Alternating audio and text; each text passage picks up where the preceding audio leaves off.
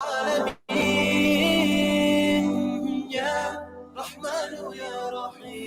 is just gone 8:36 a.m. as we continue with this morning's edition of News and Views. And with the elections, local government elections, things obviously are gaining momentum in the country, and the issue of ballot papers have come up now. We've learned about ActionSA set to take the IEC to court over ballot papers, and we're joined on the line by the National Chairperson of ActionSA, Michael Beaumont. Michael, good morning to you, and welcome as always to the show. Good morning, Inayet. Thank you so much for having us. Yes, Michael, if you could just fill us in with what are the issues with regard to the ballot papers? Sure. So, it's a bit of a technical story, so please do bear with me. But the IEC is given the authority to design ballot papers by the Electoral Act, the Municipal Electoral Act in South Africa. They produce ballot papers for these elections. The first time they were seen was on Saturday, the 2nd of October. That was following the ballot draw that took place the day before, the national ballot draw on Friday, the 1st of October. And it was at this meeting that we saw that on the ballot paper, you would have a candidate name, the logo of the party, and an abbreviated name of the party. And for ActionSA, the abbreviated name of the party was not present. This is obviously very, very bad because there's only three things that you can identify your political party of choice with in that kind of ballot paper. And the most important of the three, the abbreviated name of the party was not present. When we pressed the IEC on this, they said two things to us. They said you didn't register an abbreviated name, and they said it's too late anyway. Now, let's deal with the last thing first. Why are you asked to sign off a ballot paper and then you're told it's too late when you pick up a problem? What are we signing off then, and for who are we doing this exercise? Because clearly it's not for the voters. The second point that's got to be dealt with, Inayet, is the story around not having an abbreviation. Because when ActionSA registered as a political party in terms of the Electoral Commissions Act, it registered that its name is not to be abbreviated, quote unquote. That means at all time, ActionSA's name is to be presented as ActionSA. That's also why we chose a name of the party that is 8 characters long and falls within the character limitation prescribed by the commission. So the IEC's approach is to say it's just going to be blank.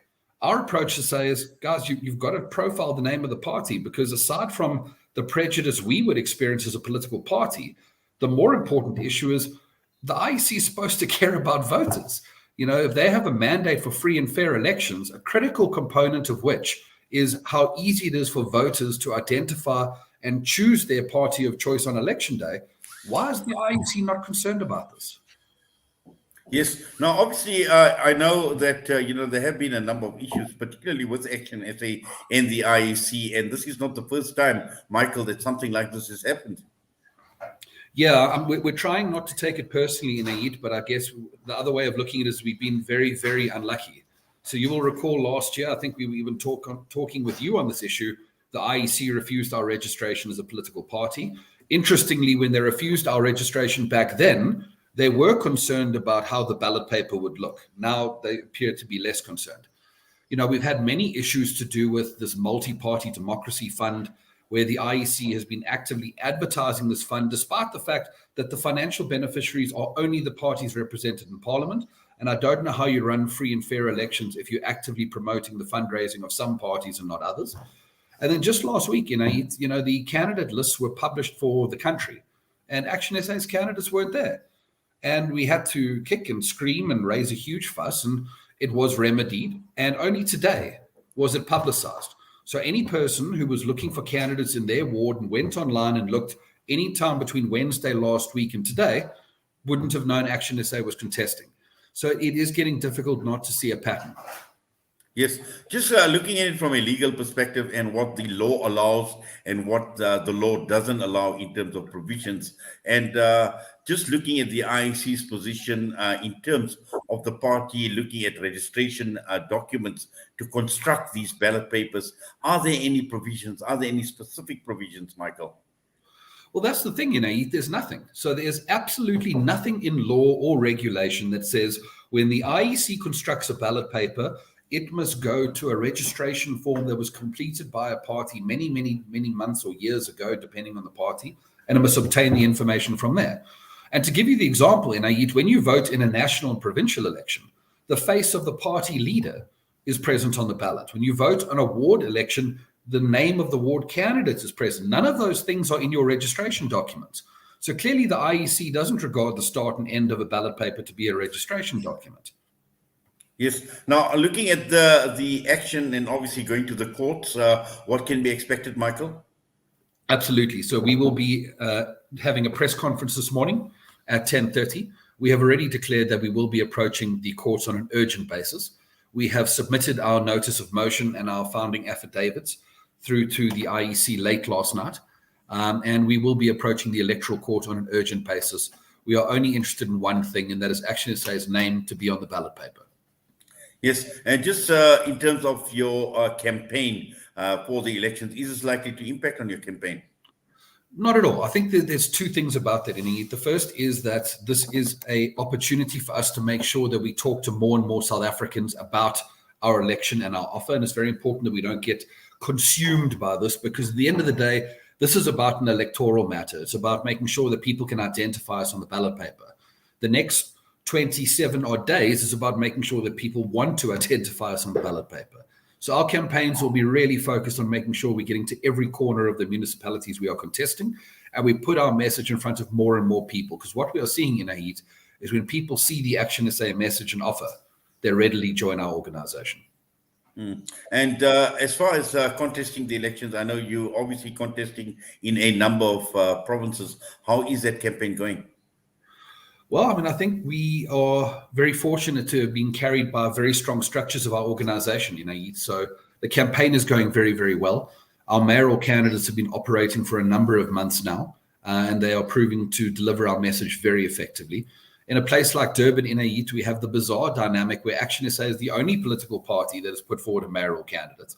And I mean, we're operating basically in isolation there against ourselves.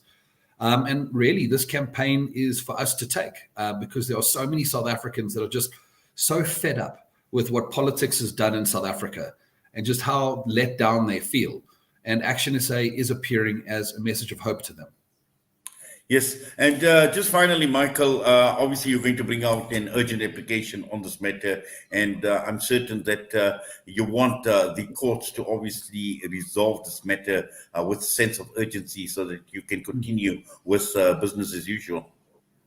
Well, absolutely. I mean, it's a very urgent matter, and one of the things that we said to the IEC from moment one when we raised this objection is, remedy the issue now, because if you refuse us and we take you to court and in a week's time you are compelled to remedy the issue, then you're going to say that it's not possible. So it's very important that this is treated with the urgency that it deserves, because everyone appreciates that in an ordinary time, the preparation of ballot papers is a very big logistical operation. And it's necessary to make sure that this issue is dealt with as quickly as possible. Yes. Can the IEC proceed with printing these ballot papers without your signature?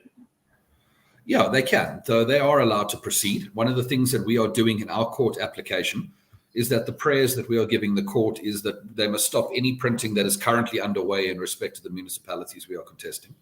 They must destroy those ballot papers so that they do not find their way to voting stations and confuse voters on election day and continue ActionSA's bad run of bad luck with the IEC. And then they must reprint the ballot papers for these municipalities, or just change them and print them if they haven't started.